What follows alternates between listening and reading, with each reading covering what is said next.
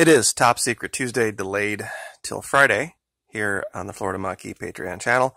If you are here, you are, of course, at the $5 level. Now, if you are here and you have just come from the video that I watched, listen to me, it's been a long week, that I posted on YouTube, and I had offered the free t-shirt to those who could name the two psychological operations techniques.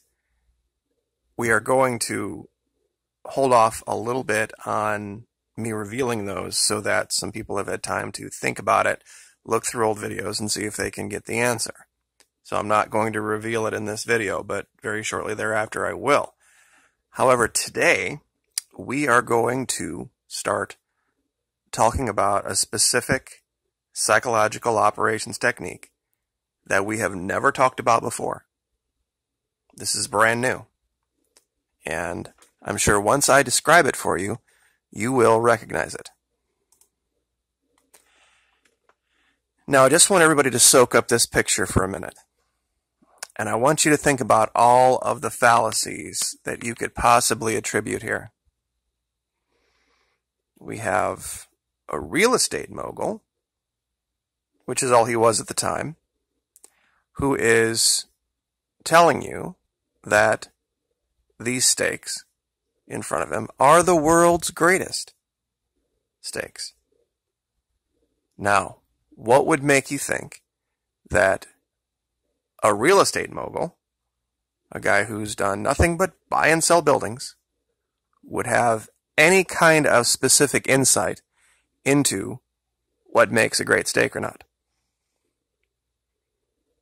It's called the appeal to authority.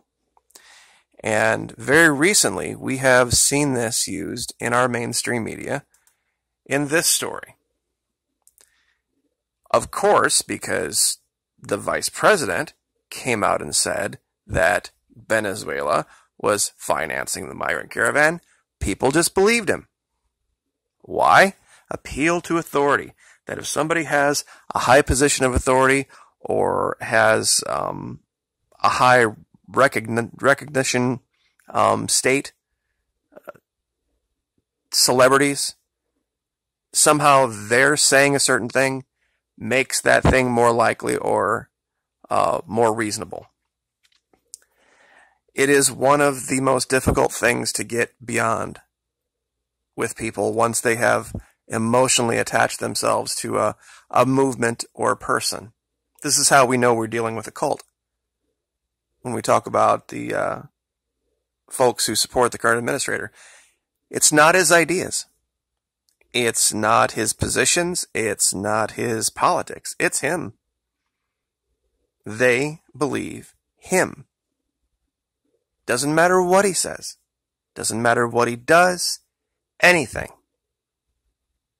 That if there's any kind of negative feeling that comes out as a result of something he's done or said, there's some other explanation for it that we just aren't good enough at 5D chess yet to figure out. Cult leaders do this all the time. David Koresh did this when he raped little girls. Because they were so entranced and enthralled by David Koresh, the Branch Davidian leader from Waco, Texas, that women would walk in on him doing some of the most aberrant things in the world, and because they didn't understand it at the time, they would have had to call him out as being not a prophet. And this is a simplified version here. Pigs can fly. What? Pigs can't fly? Bob said so. Really? Bob said that? Wow, pigs can fly. This is exactly how it is. And this is where I wanted to get with you on these people coming to our country. This is appeal to authority. Calling something or somebody illegal is not an argument. The same people that have called our government itself illegal, our government immoral, and a threat to Americans, use that exact government and its laws to make an argument of some kind against the people coming here, calling them illegals. It's literally self-contradictory. How can someone who doesn't live here be an illegal? You could say it would be illegal for them to step across our border, but when they decided to step across the border, they weren't under the purview of the United States at the time. It's a hard thing to wrap your mind around. That someone literally just walking across a random line on a map, all of a sudden, at the moment of time, that moment of time where they literally are crossing into our country, that they are committing a crime, would then put them under the purview of our country, and if they're under the purview of our country, wouldn't that make them a citizen? I mean, the only way around it would be if there was some kind of an international law that applied to everybody, no matter what what country you're in, and you could then set down a law that says it is illegal to walk from one country to another under international law, and therefore if you would do that, then you'd be in some kind of a violation. But to say that it's illegal is ridiculous. There's countries out there, for example, where it's illegal to be homosexual.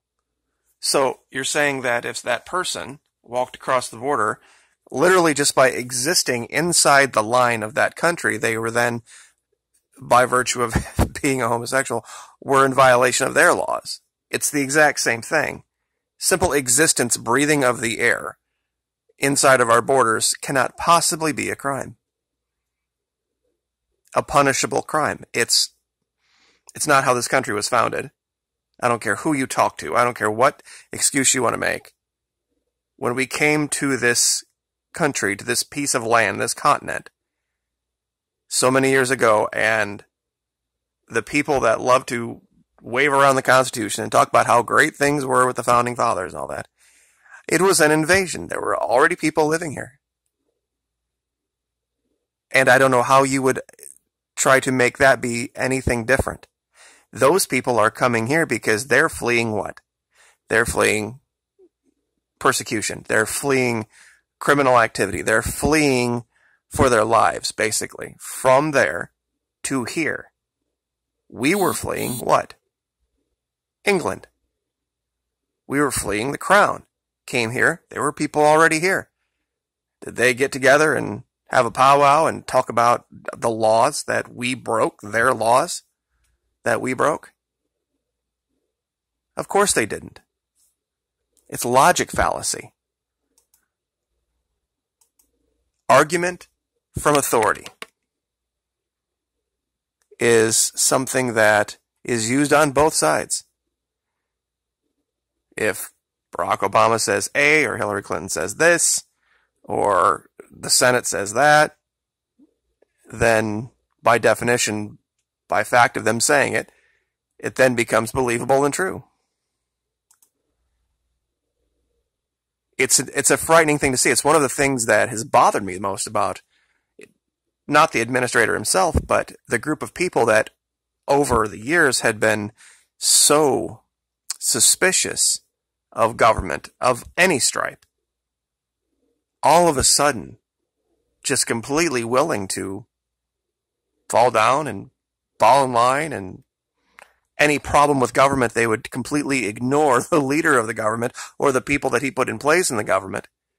He would be immune, and his group of people would be immune, and it would just be everybody else around him that was the problem. And you can see the logic fallacy. You can see right through it when you know what it is.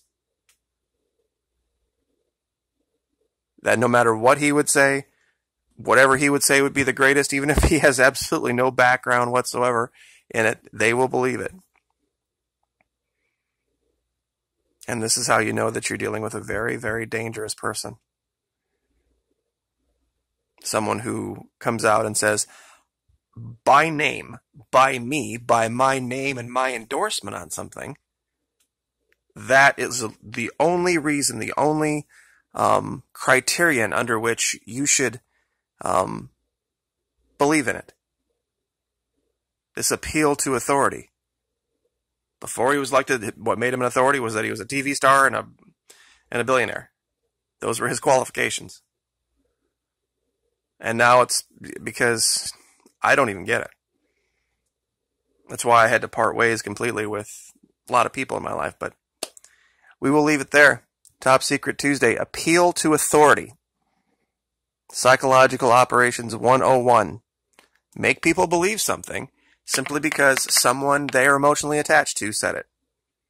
Thank you so much. We will see you next week. Tuesday of next week, of course, because that's when Top Secret Tuesday is done.